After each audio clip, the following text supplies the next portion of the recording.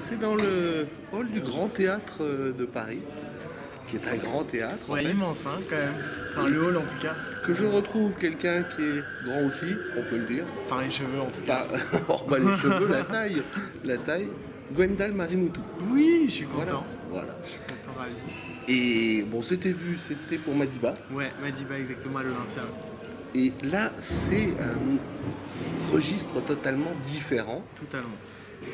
Il s'agit de Palace, de Jean-Michel Ribes.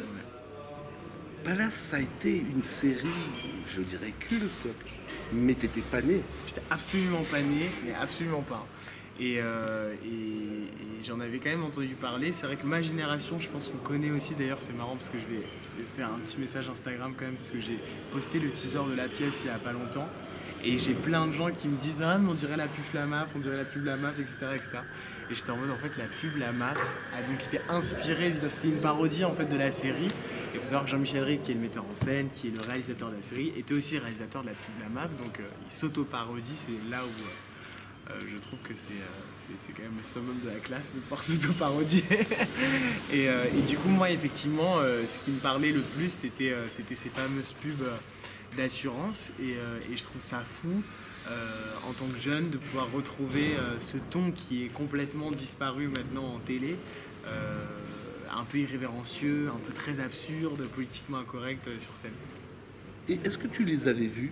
Est-ce que tu as vu la série? Alors oui, du coup, je suis quand même allé sur YouTube, j'ai tapé Palace, et donc j'ai dû voir 4 épisodes sur 6, et parce que en ce moment je suis très fatigué et je n'arrive jamais à... C'est comme si c'était une équipe. J'avais fait le spectacle, j'ai regardé en 10 fois le film, c'est un enfer, moi tu me mets devant un écran, je m'endors. Mais c'est fou, c'est vraiment, ça marque une autre époque. Dans la manière de concevoir même juste les scénarios, les séries, et puis surtout le casting de l'époque, ça a quand même révélé des talents. Ça a révélé Valérie Lemercier et ça a confirmé des grands acteurs. Pleinement. Ouais. Voilà, il y a quand même pas mal de gens, je dirais pas qu'ils soient célèbres, mais dont le visage, quand tu le vois, tu te dis ah mais je le connais lui. Dans la pièce? Ouais. Ouais, bah oui, carrément. Carrément. Bah, ne serait-ce que dans la troupe de danseurs, en vrai, il y a des gens avec qui je partage l'affiche depuis Résiste, tu vois, donc on a fait Résiste ensemble. Ça fait... Il y a le technicien qui est là. Et ben oui, parce que on est en s'entend direct. Très bien aussi voilà. avec les techniciens. Et donc je te reprends. Oui, dans la troupe de danseurs, ce qui est cool, c'est qu'en vrai, il y a des gens avec qui je partage l'affiche depuis Résiste, depuis Saturday Night Fever aussi. Et dans les comédiens, Joséphine par exemple, que moi j'avais pu admirer dans Nos Jours Heureux, entre autres parce qu'elle a fait énormément de choses. Et Alexis, Philippe Magnan, Christian Pereira, Karina, enfin ils sont beaucoup trop nombreux et talentueux pour tous les citer, mais évidemment que chacun vous les avez aperçus au moins au minimum quelque part. Mais quand tu dis qu'ils sont nombreux, mais vous êtes combien sur la troupe? J'ai l'impression que vous êtes plus de 20. On est plus de 20, on est 22. Il me semble 22, si on compte les techniciens on est 30. Ouais, c'est un gros barnum pour un théâtre, parce que moi honnêtement j'ai l'habitude des grosses troupes. Je sais pas si ça me rassure ou quoi, mais je me sens bien quand on est nombreux, mais pour un théâtre apparemment c'est assez inédit. Ouais, mais quand tu disais des grosses troupes, c'était des grosses troupes pour des salles qui étaient 2 ou 3 fois la capacité Ouais, ici. exactement, ouais. Le Palais des Sports, je sais pas combien il y a. C'est 3 fois ça. Ouais. Voilà. Donc, et ça c'est déjà pas mal, parce qu'apparemment c'est le plus grand théâtre de Paris en fait. C'est le plus grand, et je crois que le suivant c'est Marigny qui est pas mal grande. Ouais, ouais, bien sûr. Alors tu t'es retrouvé comment dans cette aventure? C'est un peu un hold-up, je t'avoue. Hold up? Ouais. Stop. Casa de Papel.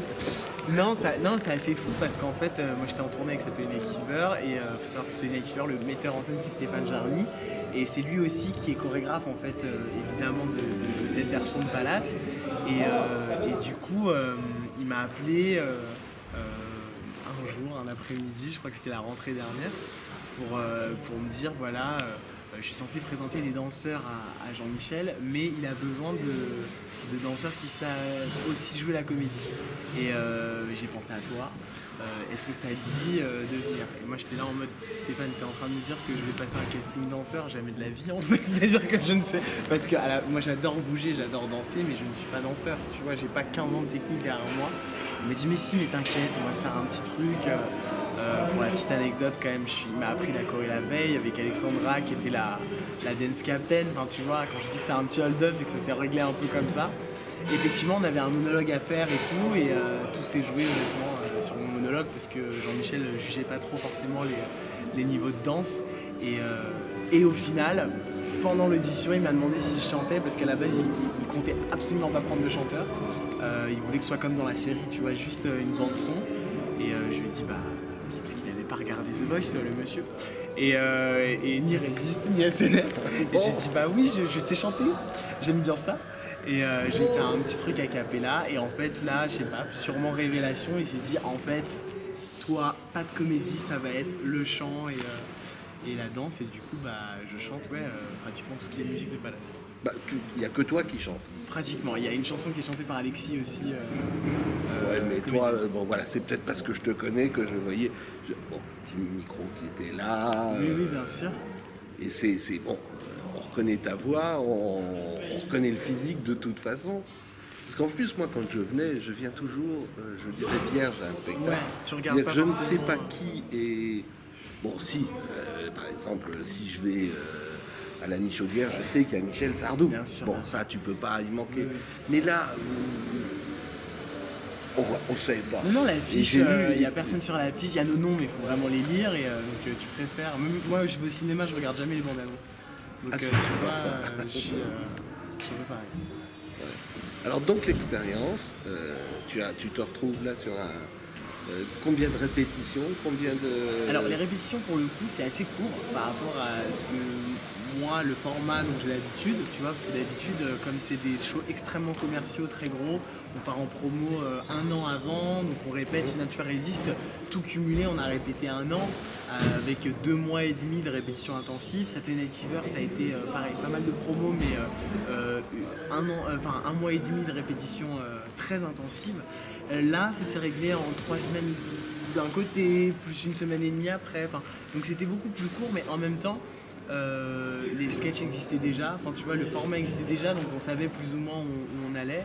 Et puis, donc, les répétitions n'étaient pas forcément longues dans la durée, par contre très intensives du coup, parce que c'était rassemblé sur peu de jours. Et moi, mon plus gros challenge, c'était la danse. C'était qu'on ne se dise pas que tu as le chanteur qui essaye de danser, j'essaye de ne pas dénoter avec mes camarades. Et ça, les gens se rendent peut-être pas compte, et si vous en rendez pas compte, c'est tant mieux pour moi, ça veut dire que j'ai fait de bon travail, mais ça m'a demandé énormément de rigueur et d'abnégation. Bah, de toute façon, on s'en rend pas compte pour une raison toute simple. Tu danses pas tout seul, vous êtes toujours en groupe. Oui, mais justement, c'est pire, c'est-à-dire que quand dans un groupe, t'as un gars qui dénote parce qu'il n'est pas à la hauteur. C'est sûr que si tu lèves la jambe du French Cancan alors qu'il y a un sauce, ça va pas.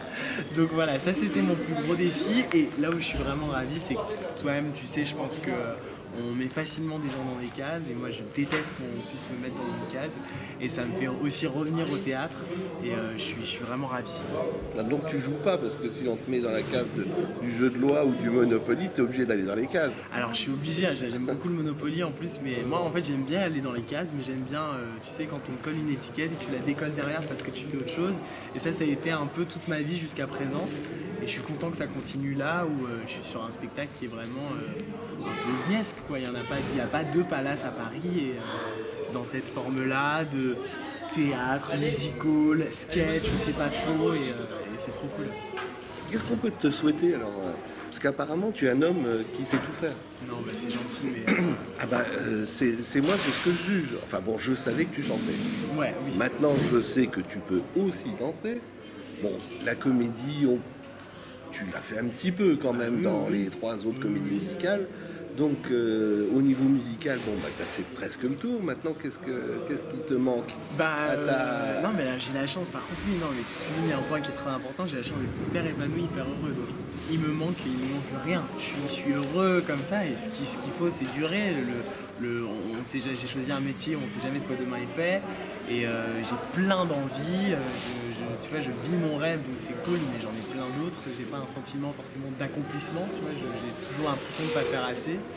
Et là dans l'immédiat, il faut souhaiter que ma participation à la 4e saison de Sam se passe bien, que les retours soient bons, que j'ai été à la hauteur du rôle qui m'a été confié, que Palace se déroule bien aussi, que Gulli, ce que je fais aussi en animation, se passe bien, parce que là la formule a un peu changé. Donc, et Gulli a été racheté par M6, enfin, c'est des discussions un peu qui sont un peu lunaires, mais du coup on est en retest et pour le moment on a de la chance, ça se passe super bien. Donc pour le moment ça c'est mes 3 priorités et évidemment un projet perso, un album que j'essaie de faire depuis pas mal de temps, mais et j'ai la chance d'avoir trouvé une bonne équipe d'auteurs et de compositeurs et maintenant il me faut juste un petit peu de temps et je vais pouvoir en retrouver maintenant que je suis sur scène juste le soir.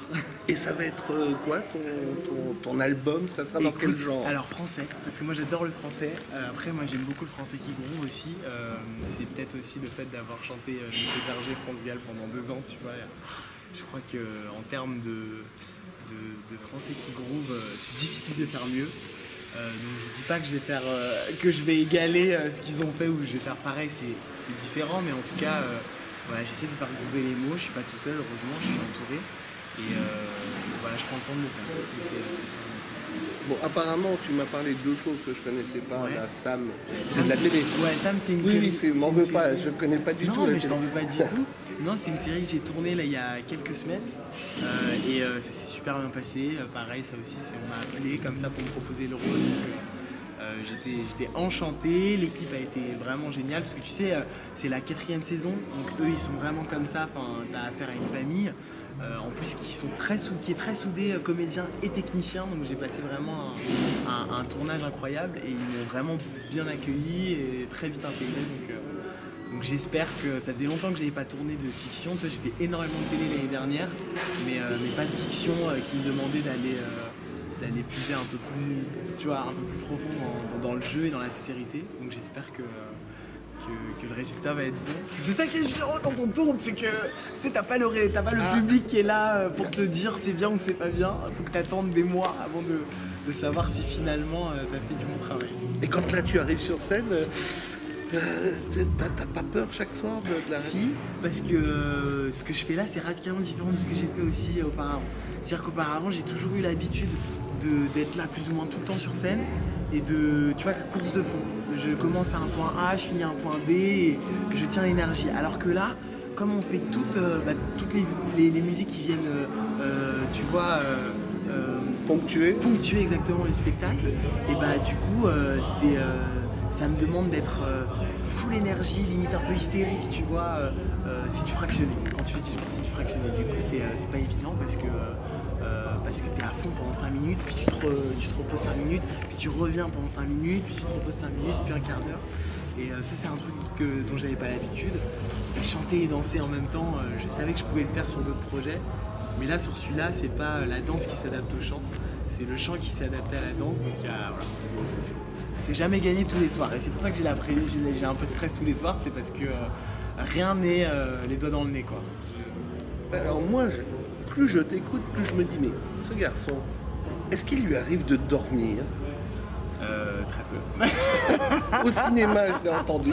Oui, bah du coup, ouais, non mais c'est ça, c'est marrant, c'est que quand j'en parle des potes et tout, moi c'est horrible parce que quand je relâche la pression et que je veux moi me faire un théâtre, me faire un ciné et tout, je pique du nez et tout ça. Donc non, parce qu'en plus je gère très mal la redescente d'adrénaline après les spectacles. Tu vois, je suis tellement au taquet et en plus, tu vois, c'est assez extraordinaire comme vie. Enfin, moi je m'habitue pas à jouer devant des gens, à recevoir autant d'amour le soir et surtout en tournée, tu vois, de rentrer chez moi et d'être tout seul dans ma chambre d'hôtel face à ma télé, genre à quoi ressemble ma vie, je comprends pas, il y a une demi-heure j'étais devant 3000 personnes et là, genre je suis tout seul, genre c'est quoi ma vie. Et je peux rester comme ça pendant ouais, 2-3 heures avant de redescendre et d'être bien et de m'abrutir devant une série, quoi. Bon, on va pas t'abrutir plus parce que là tu dois avoir des répétitions. Ouais. Tu dois te changer. Vous entendez, il y a les techniciens qui commencent à faire les trucs sur le ils le plateau. font exprès pour qu'on arrête. J'ai compris. Bon, Gwendal, merci encore. Bah, un plaisir. Et puis à à bientôt. Voilà. Ouais, tu reviens quand tu veux et vous venez quand vous voulez. Je reviens quand je veux, ça tu sais, pour venir là, c'est pas toujours facile. Et surtout en ce moment, mais je t'expliquerai dans quelques secondes. Pas de soucis. À bientôt.